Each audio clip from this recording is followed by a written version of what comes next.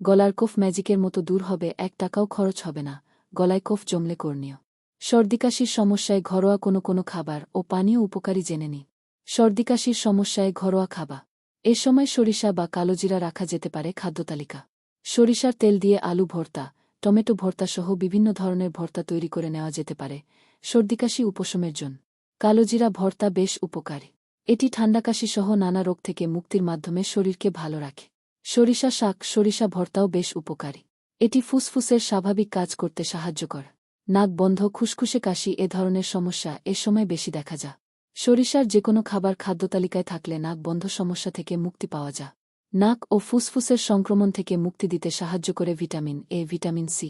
সেক্ষেত্রে মিষ্টি কুমড়ার বিচি, মিষ্টি আলুর তৈরি বিভিন্ন খাবার খেলে সর্দিকাশি নির্মূল হওয়ার সুযোগ তৈরি হয়। রসুন অ্যান্টিঅক্সিডেন্ট সমৃদ্ধ। রসুন মুড়ির সঙ্গে খাওয়া যেতে পারে। এছাড়া ঘরোয়া পদ্ধতিতে বিভিন্ন খাবারে রসুন দেওয়া যেতে পারে। সর্দিকাশির জন্য তুলসী পাতা কার্যকরী। সকালে ঘুম থেকে উঠে তুলসী পাতার রস খেলে অনেক উপকার পাওয়া যায়, বিশেষত বাচ্চাদের। বড়রা তুলসী পাতার চা বা তুলসী পাতা সালাদের সঙ্গেও মিশিয়ে খেতে পারে। শীতকালে বা শীতের শেষেও বাজারে যেসব ফল পাওয়া যায় তার বেশিরভাগই ভিটামিন সি এবং অ্যান্টিঅক্সিডেন্ট সমৃদ্ধ ফল, যা রোগ প্রতিরোধ ক্ষমতা বাড়ায় এবং বিভিন্ন অণুজীবের আক্রমণ থেকে মুক্ত থাকতেও সাহায্য করে। এ সময় কমলা, মাল্টা, পেয়ারা, ত্বক জাতীয় ফল খাদ্যতালিকায় রাখতে হবে। বাজারে মৌসুমি যেসব সবজি পাওয়া যাবে সেগুলো দিয়ে স্যুপ তৈরি করে খাওয়া যেতে পারে।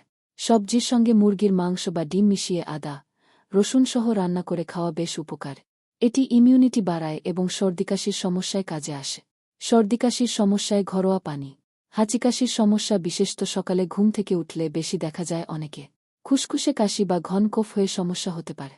এ সময় কিছু ঘরোয়া পানীয় নেওয়া যেতে পারে। সর্দিকাশির সঙ্গে যাদের শরীরে ব্যথা থাকে তাদের ক্ষেত্রে আদা পানি খুব ভালো কাজ করে। আদা চা সর্দিকাশির জন্য উপকার। যাদের সর্দিকাশির সমস্যা হচ্ছে, গলা ব্যথা, নাক দিয়ে পানি পড়ছে, তাদের জন্য দুধ চা, কফির পরিবর্তে আদার রস বা আদা চা খুব ভালো কাজ করবে। যাদের ঠান্ডার সমস্যা আছে তাদের যদি অ্যাসিডিটির সমস্যা না থাকে বা না হয়, তাহলে তারা সকালে ঘুম থেকে উঠে কুসুম গরম পানির সঙ্গে লেবু ও মধু মিশিয়ে খেতে পারে। এটি ইমিউনিটি বাড়াবে এবং কফ ও ঠান্ডার প্রবণতা অনেকটা কমিয়ে দেবে। মশলা চায়ের সঙ্গে পুদিনা পাতা মিশিয়ে খেতে পারে। পুষ্টিবিদ নিশাত শারমিন বলেন, এ সময়টায় যথেষ্ট পরিমাণে পানি পান করতে হবে। কুসুম গরম পানি হলে বেশি ভালো। পর্যাপ্ত বিশ্রাম নিতে হবে। বাইরে বাতাসে অযথা ঘোরাঘুরি না করে সাবধানে ঘরে থাকাই ভালো। গলায় কফ জমে থাকলে পরিষ্কার করবেন যেভাবে। সর্দির সমস্যা কিছুদিনের মধ্যে সেরে গেলেও কফ বুকে বসে যাওয়ার মতো সমস্যা দেখা দেয়। শিশুদের এ সমস্যা বেশি হয়। আবার বড়দের মধ্যেও দেখা যায় গলায় কফ জমে আছে। এক্ষেত্রে বারবার কাশির সঙ্গে কফ আসে, আবার কখনো কখনো চেষ্টা করেও কফ তোলা যায় না, কিন্তু কফ গলায় আটকে থাকার অনুভূতি হয়।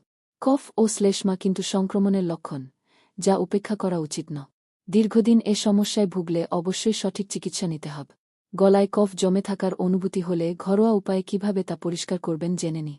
জমে থাকা শ্লেষ্মা পাতলা করতে সাহায্য করে তরল খাবার। এজন্য দৈনিক পর্যাপ্ত পানি পান করুন। এর পাশাপাশি চা, স্যুপসহ স্বাস্থ্যকর খাবার গ্রহণ করুন।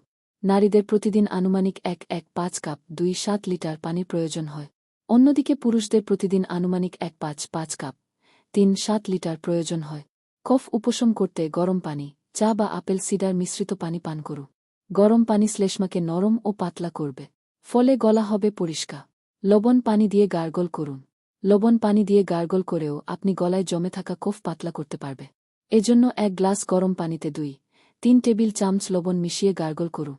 দিনে যতবার প্রয়োজন ততবার এই প্রক্রিয়া অনুসরণ করতে পারবে। এই ঘরোয়া প্রতিকার শ্বাসযন্ত্রের সংক্রমণ প্রতিরোধ করতে সাহায্য করতে পারে। পিপারমিন্ট চা পান করুন। পুষ্টিবিদ এবং নিউট্রাসি লাইফস্টাইলের সিইও ডা.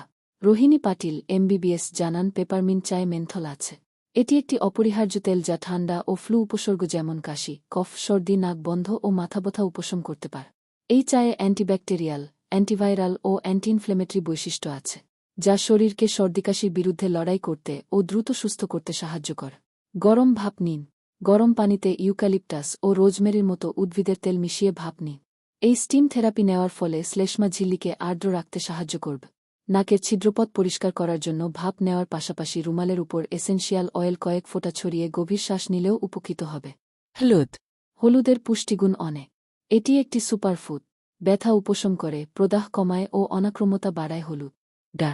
পাটিলের পরামর্শ অনুযায়ী 1 গ্লাস গরম নন ডেইরি দুধে আধা চা চামচ কালো গোলমরিচ, হলুদ ও 1 চা চামচ মধু মিশিয়ে পান করুন।